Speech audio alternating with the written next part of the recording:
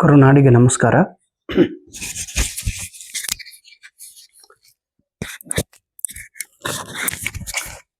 KSET 2025 ಪತ್ರಿಕೆ 1 unit 9 ಪರಿಸರ ಅಧ್ಯಯನ 100 ಕನ್ಸೆಪ್ಟ್ಗಳು.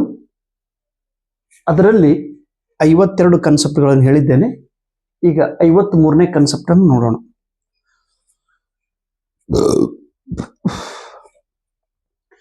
During daytime, noise pollution in residential area should not be 55 dB.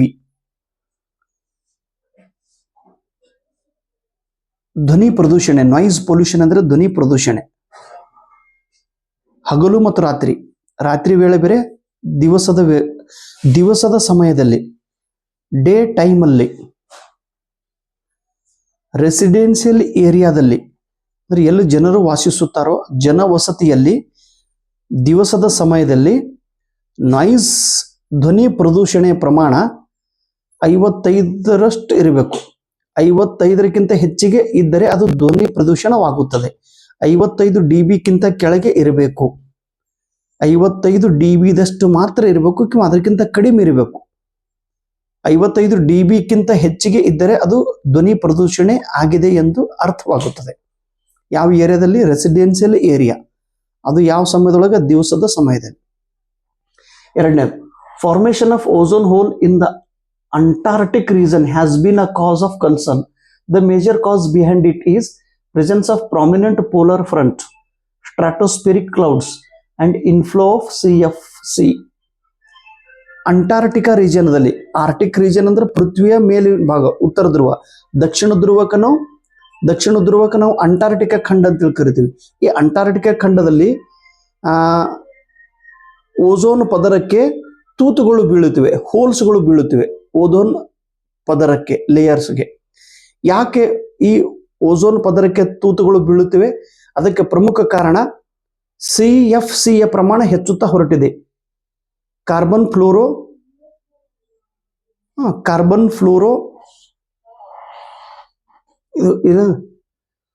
ಕ್ಲೋರೋಫ್ಲೂರೋಕಾರ್ಬನ್ಸ್ ಅದ ಪ್ರಮಾಣ ಹೆಚ್ಚುತ್ತಾ ಹೊರಟಿದೆ. ಸ್ಟ್ರಾಟೋಸ್ಪಿಯರ್ದಲ್ಲಿ ಓಝೋನ್ ಥರ ಇದೆ. ಈ ಸ್ಟ್ರಾಟೋಸ್ಪಿಯರ್ ಒಂದು ಲೇಯರ್ದಲ್ಲಿ ಕ್ಲೌಡ್ಸ್ ಅದ ಪ್ರಮಾಣ, ಮೋಡಗಳ ಪ್ರಮಾಣ ಹೆಚ್ಚುತ್ತಾ ಹೊರಟಿದೆ. ಮತ್ತು ಪ್ರೆಸೆನ್ಸ್ ಆಫ್ ಪ್ರಾಮಿನೆಂಟ್ ಪೋಲಾರ್ ಫ್ರಂಟ್ಗಳ ಪ್ರಮಾಣ ಹೆಚ್ಚುತ್ತಾ ಹೊರಟಿದೆ. ಹೀಗಾಗಿ ಅಂಟಾರ್ಟಿಕಾ ಖಂಡದಲ್ಲಿ ಕಂಡುಬರುವ ಓಝೋನ್ ಥರಕ್ಕೆ ತೂತುಗಳು ಬಿದ್ದಿವೆ. ಇನ್ನು presence of E. coli in water is an indicator of sewage contamination. ನೀರಿನಲ್ಲಿ E. coli, COLI, E. coli ಇದು ಕಂಡು ಬಂದರೆ, ನೀರಿನ ಒಳಗೆ E. coli ಇದು ಕಂಡು ಬಂದರೆ ಆ ನೀರು ದೂಷಿತವಾಗಿದೆ ಅಂತ ಅರ್ಥ. ಆ ನೀರಿನಲ್ಲಿ ಸಿವೇಜದ ಪ್ರಮಾಣ ಇರುವುದರಿಂದ ಆ ನೀರಿನಲ್ಲಿ E. coliಯ ಪ್ರಮಾಣ ಹೆಚ್ಚಾಗಿದೆ. ಸಿವೇಜ್ ಎಂದರೆ ಮಲಮೂತ್ರ, ಮನುಷ್ಯನ ವೇಸ್ಟ್ ಪದಾರ್ಥಗಳು ನೀರಿನೊಳಗೆ ಮಿಶ್ರಣವಾದರೆ ಆ ಶುದ್ಧ ನೀರಿನೊಳಗ E. coliಯ ಪ್ರಮಾಣ ಹೆಚ್ಚಾಗುತ್ತದೆ. ಹೀಗಾಗಿ ಅದು ಅಶುದ್ಧ ನೀರು. ಇದು ಸಿವೇಜದ ಪ್ರದೂಷಣೆಯಿಂದ ಮನುಷ್ಯನ ಮಲಮೂತ್ರಗಳು ನೀರಿನೊಳಗೆ ಮಿಶ್ರಣಗೊಂಡಾಗ ನೀರಿನಲ್ಲಿ E. coliಯ ಪ್ರಮಾಣ ಹೆಚ್ಚುತ್ತಾ ಕಂಡುಬರುತ್ತದೆ. ಇನ್ನು environmental education is not just awareness and knowledge, but it is also development of proper attitude. Environmental education, ಪರಿಸರ ಅಧ್ಯಯನ, ಇದರ 3 ಉದ್ದೇಶಗಳದವ್ರಿ. ಮೊದಲನೇದು ಉದ್ದೇಶ ಜನರಲ್ಲಿ ಜಾಗೃತಿ ಉಂಟು ಮಾಡೋದು, ಅವೇರ್ನೆಸ್. ಮಳೆ ಬರದೇ ಇದ್ರೆ ಏನಾಗ್ಬೋದು, ಬಿಸಿಲಿನ ಪ್ರಮಾಣ ಹೆಚ್ಚಾದ್ರೆ ಏನಾಗ್ಬೋದು, ಗಿಡ ಮರಗಳು ಕಡಿಮೆ ಆದ್ರೆ ಏನಾಗ್ಬೋದು, ಅವೇರ್ನೆಸ್, ಜಾಗೃತಿ ಉಂಟು ಮಾಡೋದು. ಆಮೇಲೆ ನಾಲೆಜ್ ಕೊಡೋದು, ಪರಿಸರದ ಬಗ್ಗೆ ಜ್ಞಾನ ಕೊಡೋದು. ಮೂರನೇದು ಡೆವಲಪ್ ದ ಪ್ರಾಪರ್ ಅಟಿಟ್ಯೂಡ್, ನಿರ್ದಿಷ್ಟ ಮತ್ತು ಯೋಗ್ಯ ದೃಷ್ಟಿಕೋನವನ್ನು ಬೆಳೆಸುವುದು. ಇದು ಪರಿಸರ ಅಧ್ಯಯನದ ಉದ್ದೇಶವಾಗಿದೆ. ನೆನಪಿಡ್ರಿ, ಅವೇರ್ನೆಸ್, ನಾಲೆಜ್ ಮತ್ತು proper attitude. Develop the proper attitude. ಆಮೇಲೆ next, in the year 2000 millennium development goals adopted by UN ಅಂದ್ರೆ ಯುನೈಟೆಡ್ ನೇಷನ್, ಸಂಯುಕ್ತ ರಾಷ್ಟ್ರ ಸಂಘದವರು ಇಸ್ವಿಸನ್ 2000ರಲ್ಲಿ ಮಿಲೇನಿಯಂ ಡೆವಲಪ್ಮೆಂಟ್ ಗೋಲ್ಸ್ಗಳನ್ನು ಸ್ವೀಕಾರ ಮಾಡಿದ್ದಾರೆ. ಮಿಲೇನಿಯಂ ಡೆವಲಪ್ಮೆಂಟ್ಸ್ ಗೋಲ್ಗಳು ಒಟ್ಟು 8 ಇವೆ. ಇದ್ರ ಬಗ್ಗೆ ಸ್ವಲ್ಪ ತಾವು ಅಭ್ಯಾಸ ಮಾಡ್ರಿ. ಆಮೇಲೆ ಡೆಸಿಬಲ್. ಡೆಸಿಬಲ್ ಎಂದರೆ a unit used in the comparison of two power levels relating to electrical signals or sound intensity. One of the pair usually taken as a standard. ಅಗದಿ ಸಿಂಪಲ್ ಆಗಿ ಡೆಸಿಬಲ್ ಎಂದರೆ ಧ್ವನಿಯ ತೀವ್ರತೆಯನ್ನು ಅಳೆಯುವ ಒಂದು ಸಾಧನ. Wet part of municipal solid waste can put in use as a soil conditioner by using composting. ಈ ನಗರ ಪರಿಷತ್ತಿನಲ್ಲಿ ಈಗೇನು ದೊಡ್ಡ ದೊಡ್ಡ ನಗರಗಳಲ್ಲಿ ನಗರ ಪರಿಷತ್ ಇರ್ತೈತಿ, ಆ ಊರಲ್ಲಿ ಘನ ಪದಾರ್ಥ ಕಚರಾ ಪದಾರ್ಥ ಮುಂಜಾನೆಲ್ಲ ಗೋಳೆ ಮಾಡಿರ್ತಾರೆ ಮುನ್ಸಿಪಾಲ್ಟಿ ಅವರು.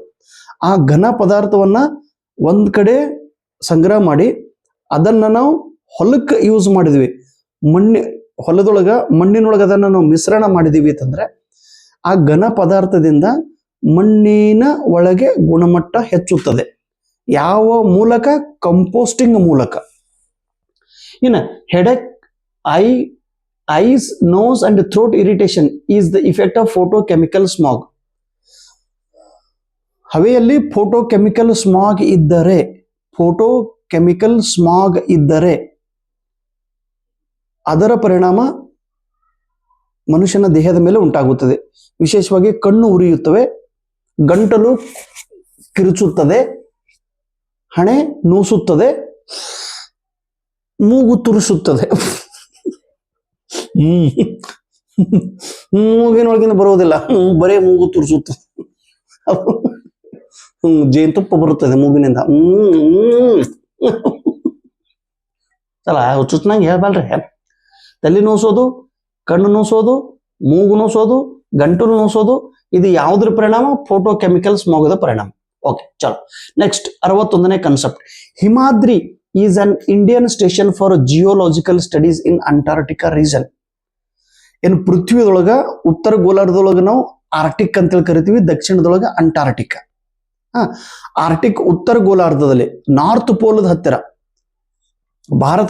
ಭಾರತ ಸರ್ಕಾರದವರು ಒಂದು ರಿಸರ್ಚ್ ಸ್ಟೇಷನ್, ಸಂಶೋಧನಾ ಕೇಂದ್ರ